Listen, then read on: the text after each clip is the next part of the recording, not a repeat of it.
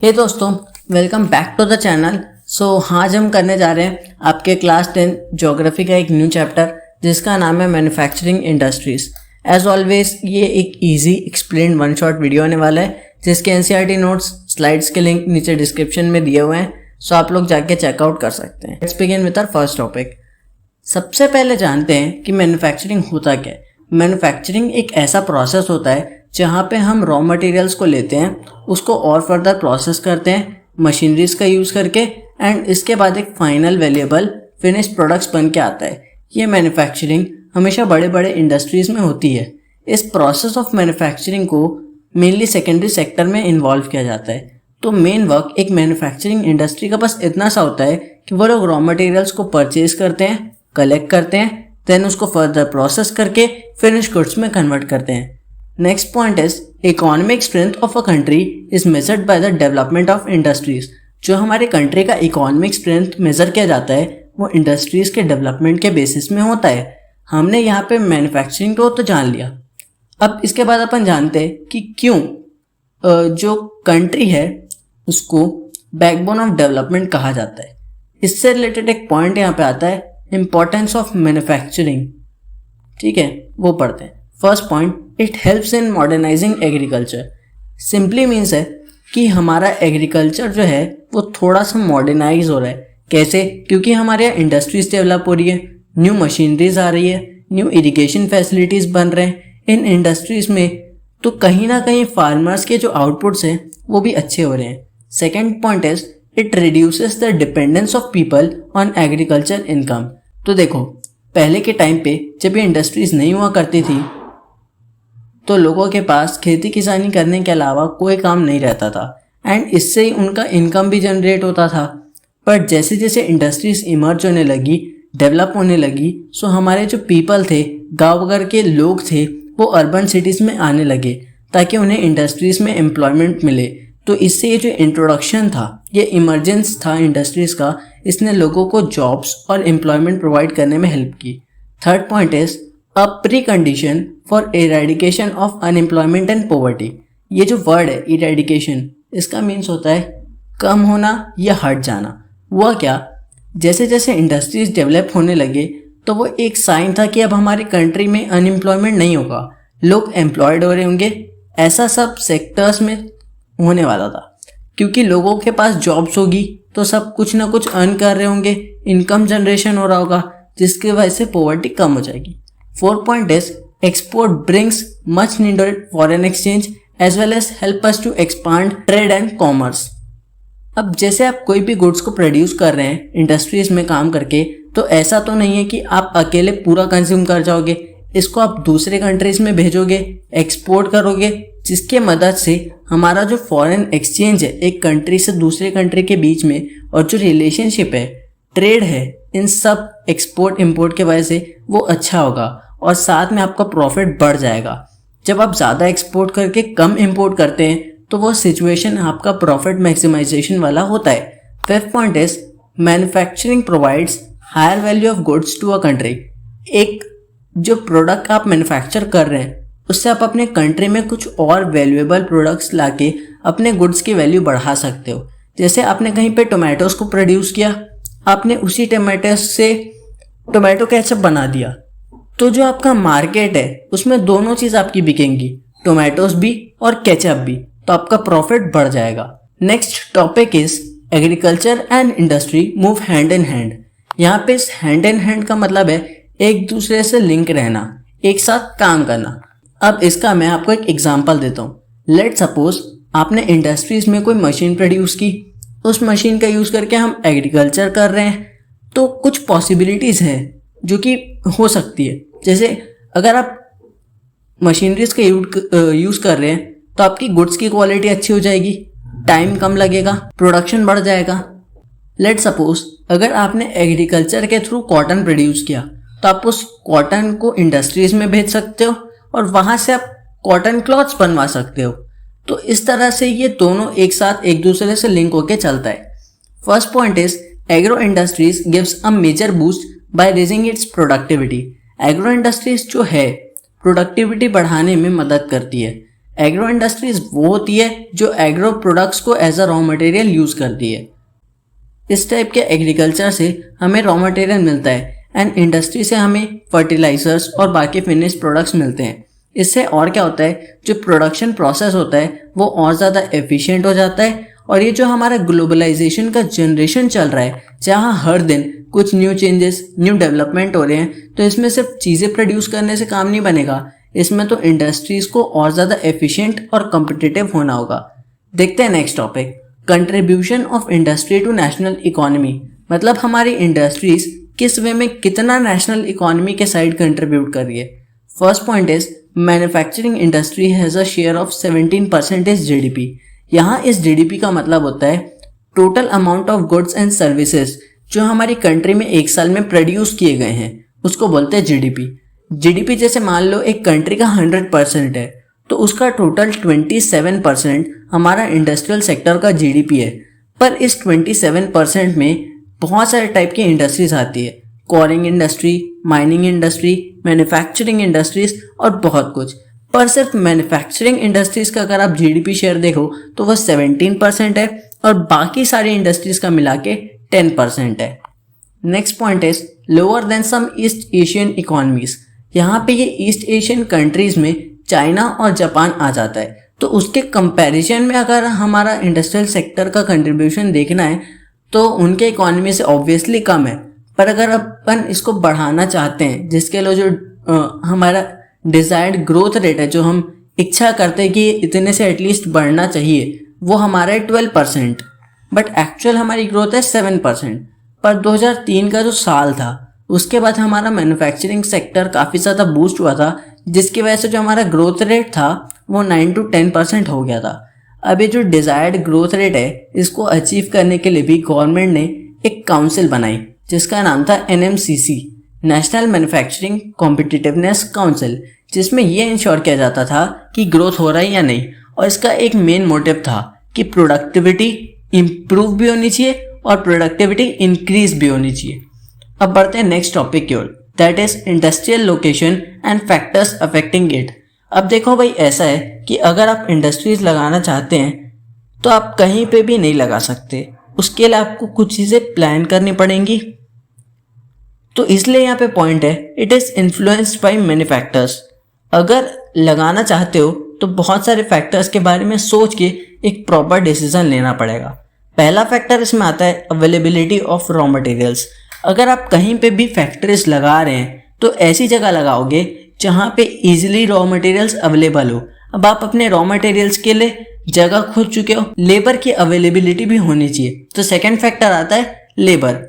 अगर आप कहीं से दूर से लेबर को बुलाते हो तो वो आपके इंडस्ट्री आते तक में थक जाएगा और उसके बाद वो बोलेगा मैं काम नहीं कर सकता, प्लस वो आपसे हाई कॉस्ट हाई सैलरी लेगा, तो इससे आपका जो प्रोडक्टिविटी है वो कम हो जाएगा। थर्ड फैक्टर इसमें आता है कैपिटल इन्वेस्टमेंट। मतलब आप एक इंडस्ट्री को बनाने में कितना अमाउंट इन्वेस्ट करने जा रहे हो, वो एक सबसे बड़ा फैक्टर रहता है। इसके बाद प्रॉपर इलेक्ट्रिसिटी सप्लाई। मतलब जहाँ पे आप लगा रहे हो वहाँ पे प्रॉपर इलेक्ट्रिसिटी सप्लाई है नहीं। अगर फ्लक्चुएशन ऑफ इलेक्ट्रिसिटी सप्लाई है, बार बार पावर ऑन ऑफ हो रहा है, तो आपका काम वहाँ पे वैसे जगह में नहीं हो सकता, क्योंकि आपकी इंडस्ट्री में जो मशीनरीज चलनी है उसको प्रॉपर कंटिन्यूस पावर सप्लाई चाहिए। अब पता चला आपने गुड्स प्रोड्यूस कर लिया, आउटपुट बना लिया, बट मार्केट ही नहीं है आसपास में, तो बेचोगे कहाँ? दूर में बेचोगे तो ट्रांसपोर्टेशन का खर्चा आएगा, प्रॉफिट ही नहीं होगा। तो ये सारे फैक्टर्स रहते हैं जो कि एक इंडस्ट्रियल लोकेशन को इन्फ्लुएंस करते हैं। Next topic is industrialization and urbanization goes hand in hand. या एक चीज़ याद रखना, जैसे जैसे इंडस्ट्रीज डेवलप होती है, इमर्ज होती है, तो लोगों की रिक्वायरमेंट बढ़ती चली जाती है। अब रिक्वायरमेंट बढ़ेगी क्योंकि इनकम बढ़ रहा है, तो लोग अर्बन एरियाज में शिफ्ट करेंगे। अर्बनाइजेशन होगा तो लोगों के बच्चे भी स्कूल्स में पढ़ने जाएंगे, पार्क्स में खेलने जाएंगे, मॉल्स वगैरह में घूमेंगे and all.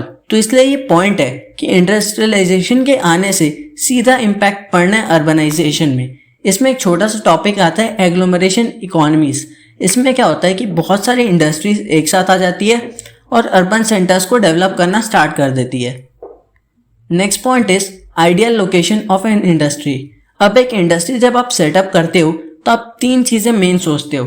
First, raw materials आपके साइड पे मिल रहा है, और अगर मिल रहा है तो किस कॉस्ट पे मिल रहा है, और अगर कॉस्ट सही है तो कॉस्ट के अकॉर्डिंग वो आपको क्वालिटी प्रोवाइड कर रहा है या नहीं। Second is cost of production at site. अब अगर आप वहां पे प्रोड्यूस कर रहे हैं तो क्या कॉस्ट लग रहा है, एंड प्रोड्यूस होने के बाद जब आप उसको बाकी जगह भिजवा रहे हो, डिस्ट्रीब्यूट कर रहे हो, तो क्या खर्चा आ रहा है, यानी ट्रांसपोर्टेशन कॉस्ट। ये सब हमें सोचना पड़ता है। अब बढ़ते हैं नेक्स्ट टॉपिक की ओर, जो कि इस चैप्टर का मोस्ट इंपॉर्टेंट टॉपिक है, क्लासिफिकेशन ऑफ इंडस्ट्रीज। पहला क्लासिफिकेशन आता है on basis of sources of raw materials. Raw materials के बेसिस में इसको 2 पार्ट्स में क्लासिफाई किया गया है, agro based industries, mineral based industries. Agro based industries वो होते हैं जो एग्रो प्रोडक्ट्स के use as a raw material करते हैं, और मिनरल बेस्ड इंडस्ट्रीज वो होते हैं जो मिनरल का use as a raw material करते हैं। Next classification is according to their main role. इसमें भी 2 आता है, बेसिक और की इंडस्ट्रीज, कंज्यूमर इंडस्ट्रीज। बेसिक और की इंडस्ट्रीज वो होते हैं जो प्रोडक्ट्स सप्लाई करते हैं ताकि बाकी गुड्स मैन्युफैक्चर हो सके, और कंज्यूमर इंडस्ट्रीज वो इंडस्ट्रीज होते हैं जो गुड्स प्रोड्यूस करते हैं ताकि डायरेक्टली कंज्यूमर्स को कंज्यूम कर सके एंड उसकी वांट्स सेटिस्फाई हो जाए। Third, on the basis of capital investment. इसमें भी 2 पार्ट्स में क्लासिफाई किया गया है, small scale industry, large scale industry. Small scale industries जिनका कैपिटल इन्वेस्टमेंट 1 करोड़ से कम रहता है, लार्ज स्केल इंडस्ट्रीज जिनका कैपिटल इन्वेस्टमेंट 1 करोड़ से ज्यादा होता है। Next classification is bulk and weight of raw materials and finish goods, यानी फिनिश गुड्स और रॉ मटेरियल्स की क्वांटिटी, वेट की बात हो रही है। सो इसमें भी 2 आता है, heavy industry, light industry. Heavy industry जो कि हेवी रॉ मटेरियल्स यूज करती है एंड हेवी गुड्स प्रोड्यूस करती है। लाइट इंडस्ट्रीज जो कि लाइट रॉ मटेरियल्स का यूज करती है और लाइट गुड्स प्रोड्यूस करती है। Next is on the basis of ownership. 4 आता है इसमें, private sector, public sector, joint sector, cooperative sector. Public sector जिसको गवर्नमेंट एजेंसीज ओन करती है और ऑपरेट करती है। प्राइवेट सेक्टर जिसको इंडिविजुअल्स या group of individual own and operate करता है। जॉइंट सेक्टर जहां स्टेट गवर्नमेंट और इंडिविजुअल और ग्रुप ऑफ इंडिविजुअल्स एक साथ आके जॉइंटली वर्क करते हैं। कोऑपरेटिव सेक्टर जिनको ओन और ऑपरेट प्रोड्यूसर्स और सप्लायर्स लोग करते हैं, वो लोग ही रिसोर्सेज को ऑपरेट करते हैं और प्रॉफिट एंड लॉसेस को शेयर करते हैं। अब हमारे इस एग्रो बेस्ड इंडस्ट्री को भी कुछ टाइप्स में क्लासिफाई किया जाता है, जिसका फर्स्ट टॉपिक है टेक्सटाइल इंडस्ट्रीज। इस टेक्सटाइल्स का मतलब होता है कपड़ा। अब ये वो इंडस्ट्रीज होती हैं जो कि एग्रीकल्चर में यूज होने वाले रॉ मटेरियल्स प्रोड्यूस करती है, यानी एग्रीकल्चरल रॉ मटेरियल्स प्रोड्यूस करती है। इस इंडस्ट्री ने हमारे कंट्री में क्या कंट्रीब्यूट किया है वो देखते हैं। First is industrial production 14%। सारी इंडस्ट्रीज में से 14% टेक्सटाइल इंडस्ट्री का प्रोडक्शन रहता है। Second is employment generation 35 million persons. It means 35 million persons को टेक्सटाइल इंडस्ट्री में अब तक एम्प्लॉयमेंट मिल चुका है। Third is contributes significantly in foreign exchange earnings, that is 24.6%। मतलब जो एक्सपोर्ट होता है उसे जो फॉरेन अर्निंग होती है वो अराउंड 25% है। Fourth is contribution in GDP 4%। GDP contribution 4% है, इसलिए ये एक सेल्फ रिलायंट इंडस्ट्री है। अब इस टेक्सटाइल इंडस्ट्री को 2 पार्ट में डिवाइड किया गया है, cotton textile industry, jute textile industry. एक एक करके समझते हैं। पहले समझते हैं कॉटन टेक्सटाइल इंडस्ट्री को। इस इंडस्ट्री का पहला कॉटन मिल मुंबई में 1854 में स्टैब्लिश हुआ था। Second is hand spinning and hand weaving shifted into power looms. यहाँ पे अब हमें एक शिफ्ट देखने को मिला। पहले क्या होता था कि मोस्ट ऑफ द इंडस्ट्रीज जो थी वो कॉटन टेक्सटाइल वगैरह बनाती थी और वो हाथ से बनाती थी और उसको बनाने में काफी टाइम लगता था। बट अब ये सब पावर लूम्स में शिफ्ट हो गए जहां चीजें मशीनरी में होती है। नेक्स्ट इज टोटल इंडिया में 1946 कॉटन मिल्स हैं। नेक्स्ट पॉइंट इज महाराष्ट्र और Gujarat belts have raw materials, transport etcetera which contribute to its localisation. It means जो कॉटन इंडस्ट्रीज होते हैं वो जनरली या मोस्टली महाराष्ट्र और गुजरात बेल्ट्स में दिखते हैं, क्योंकि यहाँ पे रॉ मटेरियल्स यानी रॉ कॉटन, यहाँ मार्केट अच्छा है कॉटन का, यहाँ पे पोर्ट्स भी अवेलेबल है, कहीं पे भी अगर ट्रांसपोर्ट वगैरह करना है तो ये भी एकदम इजीली अवेलेबल होता है। एंड ये इंडस्ट्री हमारे एग्रीकल्चर से एकदम क्लोजली लिंक है। Next point is handspin khadi provide large scale employment to workers. जो हाथ से स्पिनिंग वगैरह करके खादी बनाई जाती थी वो एम्प्लॉयमेंट प्रोवाइड करती थी लार्ज स्केल में बहुत सारे वर्कर्स को। और जो हमारे प्यारे गांधी जी थे उन्होंने भी यही कहा था कुछ ज़माने पहले कि हमारे यहाँ अब सिर्फ खादी से बनी ड्रेसेस पहनेंगे, क्योंकि इससे जो एम्प्लॉयमेंट है वो बढ़ेगा और साथ में कॉटेज इंडस्ट्री को एक मेजर बूस्ट मिलेगा, उसका प्रमोशन होगा। Next topic is trade off cotton. होता क्या था, जब कॉटन प्रोड्यूस होता था तो इंडिया जापान में अपना कॉटन को एक्सपोर्ट करता था और जो बाकी कॉटन के गुड्स होते थे उसको हम यूएसए, यूके, रशिया, फ्रांस और बाकी कंट्रीज में भेजते थे। इंडिया के पास सेकेंड लार्जेस्ट कैपेसिटी में हैंडलूम्स हुआ करते थे उस वक्त, जिसकी वजह से प्रोडक्शन अच्छा था। हमारा जो मार्केट शेयर था कॉटन यार्न्स के ट्रेड में वो सबसे ज़्यादा अच्छा था। We are leading at the market at that time. Next is challenges faced by this industries. क्या इनको प्रॉब्लम्स आ रही है वो देखते हैं। First, are spinning mills are not of global level. हमारे यहाँ जो स्पिनिंग मिल्स थे वो आउटडेटेड थे, ग्लोबल लेवल से compete नहीं कर पा रहे थे। Second is we export the most of the good quality yarns, thus Indian weavers get the low quality yarn। उस वक्त हमारे यहाँ क्या होता था कि हम सारे अपने अच्छे क्वालिटी के yarn को एक्सपोर्ट कर देते थे, जिसके वजह से जो लो क्वालिटी का बचता था उसमें ही हमको प्रोडक्शन करना पड़ता था, तो कहीं ना कहीं क्वालिटी में इफेक्ट पड़ता था। Third is most of the production is in fragmented small units which cater to local market. जो हमारा प्रोडक्शन था वो बहुत स्मॉल अमाउंट में होता था, तो मार्केट के हाई डिमांड को मीट नहीं कर पाता था और कॉस्ट बढ़ा हुआ था खादी का, वो महंगी थी तो उतना ज़्यादा लोग परचेस नहीं कर पाते थे। Fourth is erratic power supply. उस वक्त क्या था, उतना इंफ्रास्ट्रक्चर ही नहीं था, सो जो पावर सप्लाई था वो इरेगुलर हुआ करता था, कभी है कभी नहीं है। सो पावर लूम्स को चलने के लिए तो कंटिन्यूस सप्लाई ऑफ पावर चाहिए, जो कि नहीं मिल पाता था, तो उससे अगेन जो क्वालिटी रहती थी उसमें इफेक्ट पड़ता था। Fifth is upgradation of machinery. उस वक्त हमारे यहाँ आउटडेटेड टेक्नोलॉजी यूज होती थी तो प्रोडक्शन उतना एफिशिएंट ही नहीं था। Sixth is low output of labour कम काम करते थे। Seventh, stiff competition with synthetic fibre industries, यानी जो नॉर्मल फाइबर इंडस्ट्रीज थे उनके प्रोडक्ट्स मार्केट में ज़्यादा उस वक्त सेल आउट होते थे and at a cheaper rates, so उस वजह से कंपटीशन काफ़ी हाई था। नेक्स्ट बढ़ते हैं जूट टेक्सटाइल इंडस्ट्री की ओर। इसका फर्स्ट मिल 1859 रीशनर में स्टैब्लिश हुआ था। इंडिया लार्जेस्ट प्रोड्यूसर है रॉ जूट और जूट गुड्स का। सेकेंड लार्जेस्ट एक्सपोर्टर है बांग्लादेश के पास। Most of the jute mills are located in West Bengal near Hooghly river. उस वक्त होता क्या था कि जो जूट मिल्स को अपन सेटअप करते थे इंडिया में, वो जनरली वेस्ट बंगाल के ह्यूगली रिवर के पास में होता था, क्योंकि यहाँ पास जो जूट प्रोड्यूस होते थे वो अच्छे होते थे, क्योंकि जूट एक वाटर इंटेंसिव क्रॉप है, इसके प्रोडक्शन में पानी ज़्यादा लगता है, तो रिवर के पास मिल्स होने से पानी की प्रॉब्लम सॉल्व हो रही थी। साथ में अगर हमें सीवेज के थ्रू इसको ट्रांसपोर्ट करना होता था तो वो भी अपन इजीली कर सकते थे, एज वहाँ पे रिवर था। इसके अगल बगल में अच्छे से रेलवेज का नेटवर्क बना हुआ था, सो अगर हम कहीं और भी ट्रांसपोर्ट करना चाहते हैं सो वो भी अपन इजीली कर सकते थे। Next is abundant water for processing raw jute. जैसा मैंने आपको बताया, रिवर था तो बहुत सारा unlimited amount of water raw jute को प्रोसेस करने के लिए यूज और इजीली अवेलेबल होता था। Next is cheap labour from West Bengal and Bihar.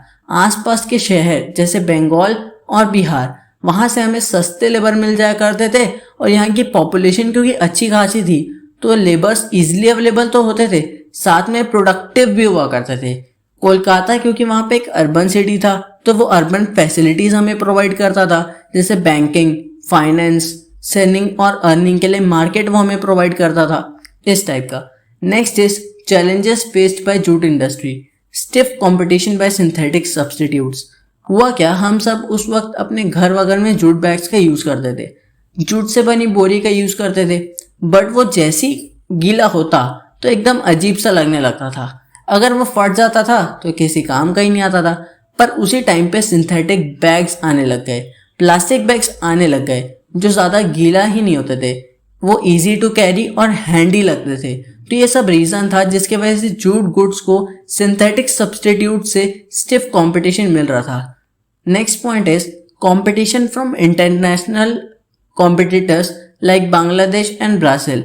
उस वक्त ऐसा तो नहीं था कि जूट का प्रोडक्शन सिर्फ इंडिया कर रही थी, बाकी कंट्रीज भी कर रहे थे जैसे बांग्लादेश और ब्राज़ील, एंड उन्हें ही इनसे compete करना पड़ रहा था मार्केट में। Third is high cost. अब हम इंडियंस को भाई माल तो सस्ता ही चाहिए, पर चाहे क्वालिटी से कॉम्प्रोमाइज़ हम कर सकते हैं और अच्छा चाहिए रहता है। बट जूट की प्राइस क्योंकि काफ़ी हाई थी और वो उतना वैल्यू फॉर मनी नहीं लग रहा था, सो लोग उसको अफोर्ड भी नहीं कर पा रहे थे। Next topic is national jute policy. अब जो चैलेंजेस हमने अभी पढ़े उसको ओवरकम करने के लिए ये नेशनल जूट पॉलिसी आई थी। इससे क्या हुआ कि हमारे कंट्री में जो लोग रहते हैं उनमें जूट के लिए डिमांड बढ़ा दी। अब लोगों को जूट चाहिए था। ऐसा इसलिए हुआ क्योंकि गवर्नमेंट ने पैकिंग के लिए जूट बैग्स को मैंडेटरी कर दिया था, एंड इस पॉलिसी का मेन ऑब्जेक्टिव था कि इसका प्रोडक्शन बढ़ा दिया जाए ताकि लोगों की डिमांड इसके रिगार्डिंग प्रॉपरली मीट हो। और डिमांड क्योंकि मीट होनी है तो प्रोडक्शन बढ़ाना पड़ेगा। इसमें दो चीज़ें होंगी, जूट का कल्टीवेशन अच्छा होगा प्लस क्वालिटी अच्छी हो जाएगी और कल्टीवेशन बढ़ जाएगा। अब जब jute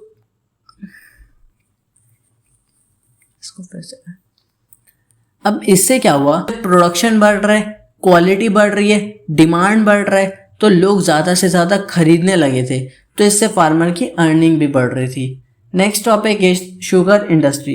India second largest producer है शुगर का। हम गुड़ और खंडसारी के प्रोडक्शन में नंबर 1 पे हैं। हमारे sugar mills generally Maharashtra, UP, Bihar etcetera places में लोकेटेड हैं, क्योंकि यहाँ पे जो शुगर कैन प्रोड्यूस होता है उसमें सुक्रोज कंटेंट ज़्यादा होता है, मतलब जो उसमें शुगर्स प्रेजेंट होते हैं वो ज़्यादा होते हैं। एंड कूलर क्लाइमेट होने की वजह से क्रशिंग सीजन यहाँ का और लंबा हो जाता है, और ये क्योंकि सीजनल होते हैं तो ये आइडियली कोऑपरेटिव इंडस्ट्री को सूट करता है। कोऑपरेटिव इंडस्ट्री जो सप्लायर्स एंड प्रोड्यूसर्स ने मिलके बनाई होती है उस इंडस्ट्री को कहा जाता है। इट मीन्स ये बेसिकली फार्मर्स के थ्रू ऑपरेट होना चाहिए, तब सही रहेगा। अगर एक बंदा ही सारा काम करेगा, रॉ मटेरियल्स को कलेक्ट करना, मैन्युफैक्चर करना, सप्लाई करना, प्रोड्यूस करना, बाकी सारे काम, और उसके बाद पूरा साल भी उस बेचारे को नहीं मिलेगा, सिर्फ एक सीज़न है जिसमें उसको ये सब करना है। सो ऐसे में अगर वो लोग कोऑपरेट होके काम करेंगे तो काम अच्छे से होगा प्लस टाइम में होगा। अब क्या चैलेंजेस ये इंडस्ट्रीज फेस करती है वो देखते हैं। First, seasonal nature. एक सीजन है, कर लो कमा लो, वरना साल भर कुछ नहीं होने वाला। Old and inefficient methods of production. अगर ग्रो करना है तो लेटेस्ट टेक्नोलॉजीज का एडॉप्शन इंपॉर्टेंट हो जाता है। Third is transportation delays. अब बढ़ते हैं नेक्स्ट टॉपिक की ओर, जो कि है मिनरल बेस्ड इंडस्ट्रीज। इसमें फर्स्ट आता है आयरन एंड स्टील इंडस्ट्री। ये एक बेसिक और हेवी इंडस्ट्री है क्योंकि बाकी इंडस्ट्रीज भी इन पे डिपेंड करती है। अगर आयरन एंड स्टील प्रोड्यूस नहीं होगा देन आगे के इंडस्ट्रीज में और ज़्यादा वैल्यूएबल प्रोडक्ट्स भी नहीं बन पाएंगे। Next point is it is a public sector undertaking and whatever raw materials are producing by them were so heavy and bulky, though finished goods are also heavy। अब एक public sector undertaking भी है। कैसे? क्योंकि जो भी raw materials produce होते थे वो काफ़ी ज़्यादा हैवी और बल्की होते थे, सो इसके वजह से जो फिनिश्ड गुड्स होता है वो भी काफ़ी हैवी होता है। Steel is required to manufacture variety of goods. Steel से हम बहुत सारे गुड्स मैन्युफैक्चर कर सकते हैं। Production and consumption of steel often regarded as the index of country's development। इसमें बोला है कि अगर हम स्टील का प्रोडक्शन कर रहे हैं एंड उसको कंज्यूम करके वैल्यूएबल प्रोडक्ट्स बना रहे हैं, देन इसकी मदद से हमारी जो कंट्री डेवलपमेंट का इंडेक्स है वो प्रमोट हो रहा है। Most of the public sector undertaking market their steel through SAIL. मतलब बहुत सी ऐसी सेक्टर्स है पब्लिक के जो अपने स्टील की मार्केटिंग में सेल का मदद लेते हैं या उसके थ्रू करते हैं। अब इंडिया की पोजीशन क्या है वो देखते हैं। स्टील ऑयल के प्रोडक्शन में हमारा इंडिया 4th रैंक करता है। लार्जेस्ट प्रोड्यूसर है स्पॉन्ज आयरन का, पर इन सब के बाद भी पीसीआई कंजम्पशन या पर कैपिटा इनकम कंजम्पशन काफ़ी लो है, सिर्फ 32 केजी का रहता है। मतलब जितना लोग एक साल में स्टील यूज़ कर रहे हैं वो सिर्फ 32 केजी का रहता है। जनरली स्टील का यूज़ घर वगैरह बनाने में होता है। आज के डेट पे 10 primary integrated means large scale steel production करने वाले और कई सारे मिनी स्टील प्लांट्स हैं इंडिया में। नेक्स्ट पॉइंट इज छोटा Nagpur plateau has the maximum concentration of iron and steel plant. अब जो छोटा नागपुर में सबसे ज़्यादा अमाउंट में स्टील एंड आयरन प्लांट्स हैं। क्यों? क्योंकि यहाँ पे आयरन और कम कॉस्ट में मिलता है और अच्छा मिलता है। रॉ मटेरियल्स की क्वालिटी अच्छी होती है, लेबर सस्ता मिलता है और मार्केट अच्छा रहता है। चैलेंजेस क्या फेस करनी पड़ती है? Cost and limited availability of coking coal. जो कोकिंग कोल यूज होता है इन इंडस्ट्रीज में वो हाई कॉस्ट में होता है एंड कम मिलता है काफ़ी। Second is lower productivity of labour. ढंग से प्रोडक्टिव होके लेबर काम नहीं कर पा रहा है। Third is irregular supply of energy, means energy continuous नहीं है, बार बार फ्लक्चुएट होते रहते हैं, कभी एकदम पावर ऑफ ही हो जाता है। सो इस टाइप का प्रॉब्लम्स फेस करना पड़ता है। फोर्थ इज पुअर इंफ्रास्ट्रक्चर, यानी ट्रांसपोर्टेशन, कम्युनिकेशन, कनेक्टिविटी, ये सबको और डेवलप होने की ज़रूरत है। Next topic is aluminium smelting. ये जो है ये second most important metallurgical industry है। ये लाइट है, कोरोजन से बची हुई है, रेजिस्टेंट है, मेलिएबल है इन द सेंस इसको थिन शीट्स में कन्वर्ट किया जा सकता है and good conductor of heat, यानी जल्दी हीट कॉज करती है। Next is it becomes strong when mix with metals, मतलब कि अगर हम इसको दूसरे एलॉयज के साथ मिलाएंगे या दूसरे किसी मेटल से मिलाएंगे तो ये स्ट्रॉन्ग हो जाएगा। इसका यूज एयरक्राफ्ट, यूटेंसिल और वायर बनाने में होता है और इसके mill generally Odisha, West Bengal, UP, Chhattisgarh etcetera में। Challenges faced by this industry: regular supply of electricity and an assured sources of raw materials at minimum cost of production. Means कि regular power supply होना चाहिए as same as the other countries. And next इसकी जो raw material मिल रहा है वो अच्छे quality का ठीक ठाक कॉस्ट में मिलना चाहिए, एकदम हैवी कॉस्ट सही नहीं है। Next comes here is chemical industry. इस इंडस्ट्री में दोनों टाइप के इंडस्ट्रीज आती है, small scale industry, large scale industry. Next is ये अप्रोक्सीमेटली 3% जीडीपी में कंट्रीब्यूट करता है। थर्ड लार्जेस्ट केमिकल इंडस्ट्री है एशिया में। Overall 12th largest chemical industry है वर्ल्ड में और केमिकल इंडस्ट्री खुद की ही लार्जेस्ट कंज्यूमर है। इट मीन्स जितना प्रोड्यूस करेंगे उसका मोर देन ऑफ हाफ हम खुद कंज्यूम कर जाएंगे, क्योंकि हम इसको और प्रोसेस करके बाकी केमिकल्स भी प्रोड्यूस करते हैं। Next is fertiliser industry. It is centred around the production of nitrogenous phosphatic fertilizers and ammonium phosphate and a combination of NPK। Simple भाषा में ये समझो ये डिफरेंट टाइप के फर्टिलाइजर्स के प्रोडक्शन करती हैं एंड जो पोटैश होता है उसको हम बाहर की कंट्री से अपने कंट्री में इंपोर्ट कराते हैं। हम थर्ड लार्जेस्ट प्रोड्यूसर हैं नाइट्रोजीनियस फर्टिलाइजर्स के एंड ये जनरली गुजरात और तमिलनाडु के आसपास मिलता है। Next is cement industry. It is essential for construction activities such as building houses etc. Generally ये इंडस्ट्री किसके लिए प्रोड्यूस करती है? कंस्ट्रक्शन एक्टिविटीज के लिए। इस इंडस्ट्री में बल्कि रॉ मटेरियल्स की रिक्वायरमेंट रहती है जैसे लाइमस्टोन और सिलिकॉन। फर्स्ट सीमेंट प्लांट को चेन्नई में 1904 में सेटअप किया गया था।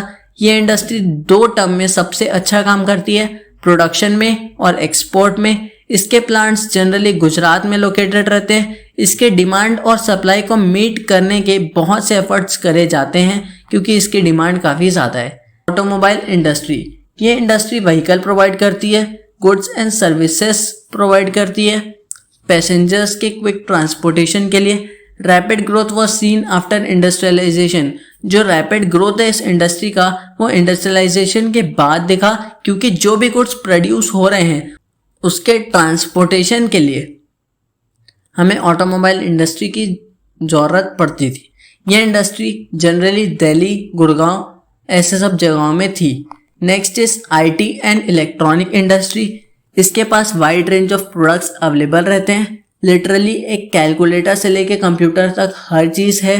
Next point is Bangalore is emerged as an electronic capital of India. It means कि जो हमारा बेंगलोर सिटी है ये इंडिया का इलेक्ट्रॉनिक कैपिटल इमर्ज होके आ रहा है। इससे एम्प्लॉयमेंट जनरेशन काफ़ी अच्छे से प्रोड्यूस हो रही है। 30% एम्प्लॉयज़ वुमेन है, इट मीन्स वुमेन एम्पावरमेंट भी हो रहा है। बाकी इंपॉर्टेंट सेंटर्स इसके पुणे, दिल्ली, मुंबई वगैरह में हैं। जैसे जैसे कंट्री में हार्डवेयर और सॉफ्टवेयर को डेवलप किया जा रहा है तो ये जो डेवलपमेंट हो रहा है वो एक इम्पॉर्टेंट फैक्टर है जिसके वजह से IT सेक्टर इंडिया का इतना डेवलप हुआ है। नेक्स्ट टॉपिक हमारा आता है, next topic is industrial pollution and environmental degradation. अब इंडस्ट्रीज आई, डेवलप हुई, they contributed a lot to our country's development, no doubt, but at the same time, after all advantages, there are some disadvantages which are present here in form of pollution and environmental degradation. First is air pollution, which is caused by the presence of high proportion of undesirable gases such as sulfur dioxide and carbon monoxide. यानी कि जो air pollution हो रहा है वो काफ़ी सारे undesirable gases की वजह से हो रहा है, जैसे कि सल्फर डाइऑक्साइड और carbon monoxide. Next point is airborne particulate materials contain both solid and liquid particles. Airborne जो particles होते हैं, जो मैटर होता है उसमें solid liquid दोनों टाइप के particles होते हैं एंड ये सब उन एयर में होता है जो इंडस्ट्रीज से प्रोड्यूस होता है। तो जब हम सांस लेते हैं तो वो अंदर चले जाते हैं। Smoke is produced by industries and can be very hazardous. जो स्मोक एक इंडस्ट्री से निकल के आ रही होती है उससे काफ़ी ज़्यादा हेल्थ को इफेक्ट पड़ता है। इसका एक सोल्यूशन दिया है, smoke can be reduced by using oils and instead of coal in factories. मतलब अगर हमें स्मोक के प्रोडक्शन को कम करना है तो हम फैक्ट्रीज में कोल के जगह ऑयल का यूज कर सकते हैं। Next come here is water pollution which is caused by organic and inorganic industrial waste and effluents discharge into river.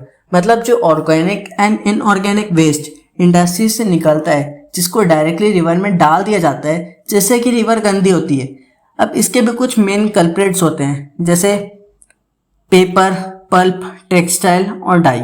अब हम जब इन सब को वाटर में डालते हैं तो पोल्यूशन तो हो ही रहा है, साथ में जो वाटर की क्वालिटी है वो भी गिर जाती है, जैसे कि हम रिसाइकलिंग वगैरह में पानी का यूज़ अगर करना भी चाहें तो प्रॉपरली यूज़ नहीं कर पाते। नेक्स्ट इसमें आता है thermal pollution. Hot water is drained in water bodies before cooling. होता क्या है, थर्मल प्लांट्स जो होते हैं या जो न्यूक्लियर प्लांट्स रहते हैं वो काफ़ी ज़्यादा हॉट वाटर प्रोड्यूस करते हैं। इसको बिना कूलिंग के डायरेक्टली रिवर, पॉन्ड, लेक्स में ड्रेन कर दिया जाता है, जिसकी वजह से उसका पूरा इकोसिस्टम जो फ्लो चल रहा होता है उसमें डिस्टर्बेंस आता है। इसका इम्पैक्ट क्या पड़ता है कि जो हम वेस्ट डंप करते हैं ना वो काफ़ी टॉक्सिक रहता है। तो इसकी वजह से जो उस एरिया के आसपास में लोग रहते हैं वो जब उस वाटर को कंज्यूम करेंगे तो उनमें कुछ डिफेक्ट्स देखने को मिलेगा, जैसे बर्थ डिफेक्ट और मिसकैरेज। और जब वाटर में पोल्यूशन हो रहा है तो जो एक्वेटिक लाइफ है वो तो डिस्ट्रॉय एंड हार्म होनी ही है। इसका सोल्यूशन सुनो, treatment of hot water before releasing them into river.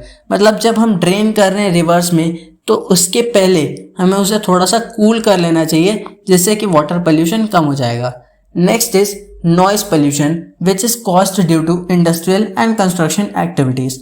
देखो जहाँ पे भी इंडस्ट्रीज हैं वहाँ obviously high and machines use होंगी तो वो काफ़ी ज़्यादा नॉइज क्रिएट करेंगी।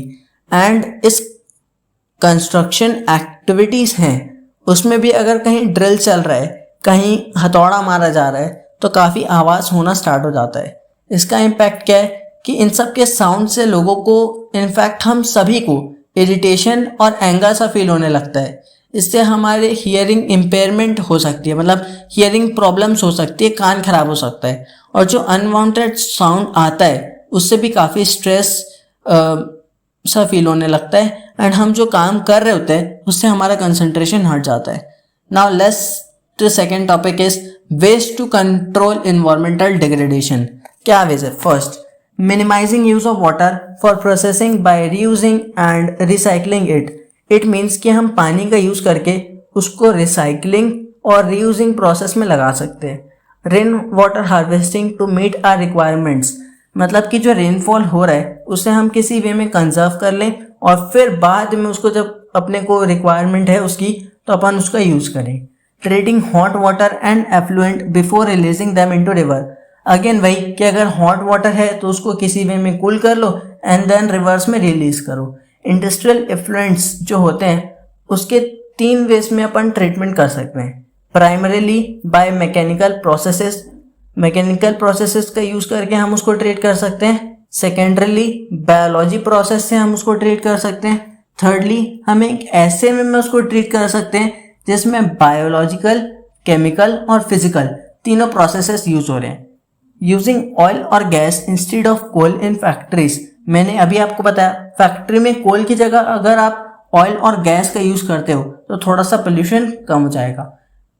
जो जनरेटर फिट किए जाते हैं उनके साउंड को कम करने के लिए उसमें साइलेंसर फिट कर दो तो नॉइस पोल्यूशन कम हो जाएगा।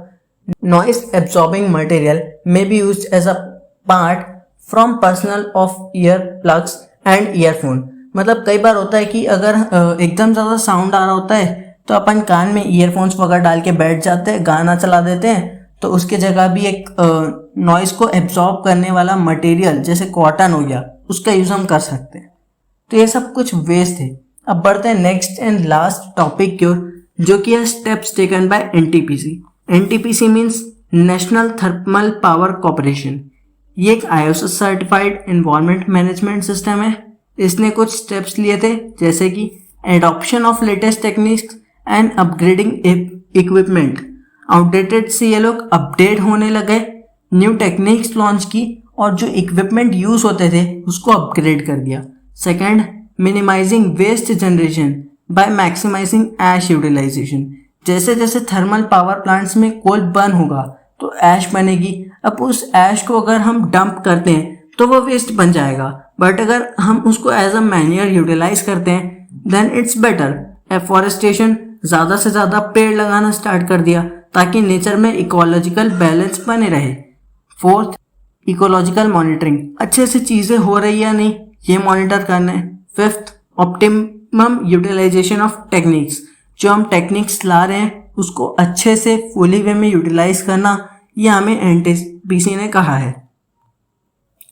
तो दोस्तों इस चैप्टर का वन शॉर्ट एक्सप्लेनेशन खत्म होता है इधर ही। आई होप आपको एक्सप्लेनेशन समझ आ गया होगा। अगर वीडियो पसंद आई सो लाइक, शेयर, सब्सक्राइब कर देना and if you have any doubt please let me know in the comment section. We meet in the next one. Till then thank you so much for watching. Good bye.